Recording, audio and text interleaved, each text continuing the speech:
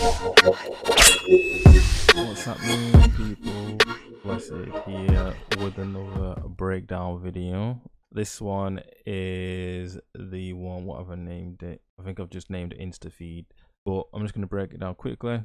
This one, out of all of the ones that I've done so far, is probably the one that's had the most, which I've used Illustrator the most. I've had to do the most in Illustrator before bringing it into After Effects. But once you've done all the elements in Illustrator, After Effects part is pretty simple, but it just requires you to create a lot more in Illustrator than bring it to After Effects. But I'm gonna go over everything so you know the steps and the process and how I went about it and all that sort of stuff. Yeah. So let me get into it.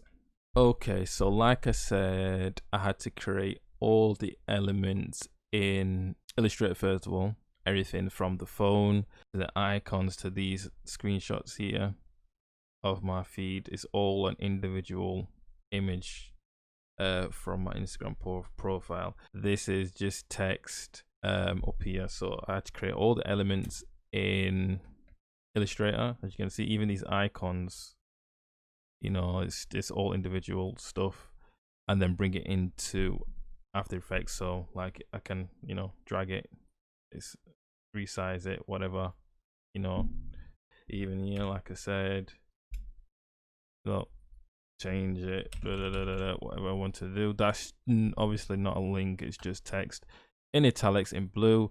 I'm not sure if anyone's actually done it yet, but I did leave a little Easter egg. The Easter egg is this link here. It's actually pretty funny if you happen to actually put that link in. But anyways, so this is all editable, and that's just great, just to make it look like the profile. All these are individual parts, these are individual as well. I'm just ruining it just to show you. You know, I could just whatever. So I've just basically created it to make it look like an Instagram feed, but I'm messing it up right now. You get the point. So these are all the elements. This is one of the elements anyway. Let me undo everything. I'll show you the rest of them. Okay, so we've got that.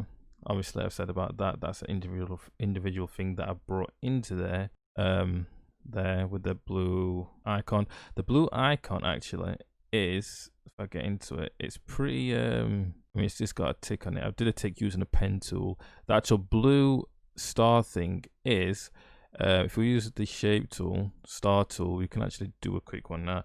So how many points have you guys got? 3, 1, 2, 3, 4, 5, 6, 7, 8, 9, about 9. So what's that? 5, 6, 7, 8, 9. You can do that, right? I'm creating a star, but if I hold Alt, I can bring it out like that, something like that. It's magical, isn't it? Like, woo, bring it out, bring it in, do whatever you want with it, and then you've got something like that. Change it blue. Eyedropper, where are you? Where are you? Eyedropper. I copy that blue there. Now we've got the verified icon. Whoa, I'm verified. Then being verified, do you know what else I can do? If I do that like that, change that into that, change it white, stroke, I want it to be round and not pointy, and oops, let's make it a bit fatter. I'm just showing quickly how I did it just because I've got time with this one, because it's pretty simple. But you get the idea, right? I think you get the idea of how I created the verified icon. Not uniform, but you get the idea anyway. So I've done that throughout everything. I did a little, you know, blessed TM on there because it's on my profile, and I've done this for all the icons. So I'm not sure if anyone was paying attention, but yeah, I did it for BTS, which is BTS now. It's a K-pop band. Okay, so I've done that, and I had to just look up what all the tags were as well because I didn't know what it was. Cristiano Ronaldo. Who else have I got? Drake, Dwayne Johnson. So all these were done individually as well, and then brought into that first part that showed you. Okay, and then when I put them all together, so as you can see, these are all the people. Cristiano Ronaldo, Drake, what's his name? No, LeBron James, that's it. PlayStation, Kevin Hart, Lauryn Hill, Ninja, National Geographic, The Rock, me, I've got verified somehow. Rihanna, Studio Ghibli, Kylie Jenner, Will Smith, yeah. So I put it all together. Also created this follow button and the following button so that I can do an animation, which I'll show you later in After Effects. So I've just made it this big, even though obviously a mobile phone is more like this size. But what I'm going to do is I'm going to make it scroll through in After Effects. But you know, these are all the accounts. Now, the phone, obviously creating Illustrator as well. The phone was really simple. It's just, if I take everything away, you know, it's just the outline. I've added a few shapes here. I did sort of the blue screen sort of, you know, glass. And then if it's an iPhone, it has like, I think iPhones, I don't have an iPhone, I've got an Android user, but iPhone's got this thing at the top there. And you know, just put it all together. That's the phone. That's basically all the elements, right? So let's go into After Effects to take a look at how I put it together. So now we are in After Effects. This is, oops. Okay, so this is the finished animation here. I'll try and play it back. It might run a bit slow. Yeah, it's gonna run slow, but I'll go over as much as I can of it. So the individual elements, well, first of all, the follow and following button, as you can see, I animated that. I'm not sure if you can hear any of the audio. Try again. Goes, I did some sound as well. I thought that was really cool. So the phone, so yeah, the phone's in there. The feed. Okay, so with the feed, so what you have to do is to make this scrolling animation, you just bring in the feed like I've done here, but then you make a mask. So the phone is about this size. You make a mask, and then what that mask does is that when you start scrolling, it only will show things that are in that, you know, the mask, which is the phone. So it just looks like you're scrolling. It's pretty simple in terms of how you do it in After Effects. Okay, so this, I thought this was cool as well. I like this. You know how when you've got like an Instagram story and you've got, you know, that thing around your icon to show that they've got something new in the story? Well, that is just done using, it's actually a gradient, but I've just masked it to this little circle here so that you only can see it within the circle. If I try and, I'm going to try and make it so you can see what I'm talking about. The way I've done it is, there you go. So this is the actual full thing without the mask on it. It's pretty nice actually. You could use it as a background or something like that. Some wiggle expressions on it, but I mask it to that so you can see it's white now. But what I do is I say where it's white, show only there, using set matte effect. And what you'll then get is this, which you see on Instagram around my head in the video. So that's how I've done that. Right, let's go into, so I did all the animation.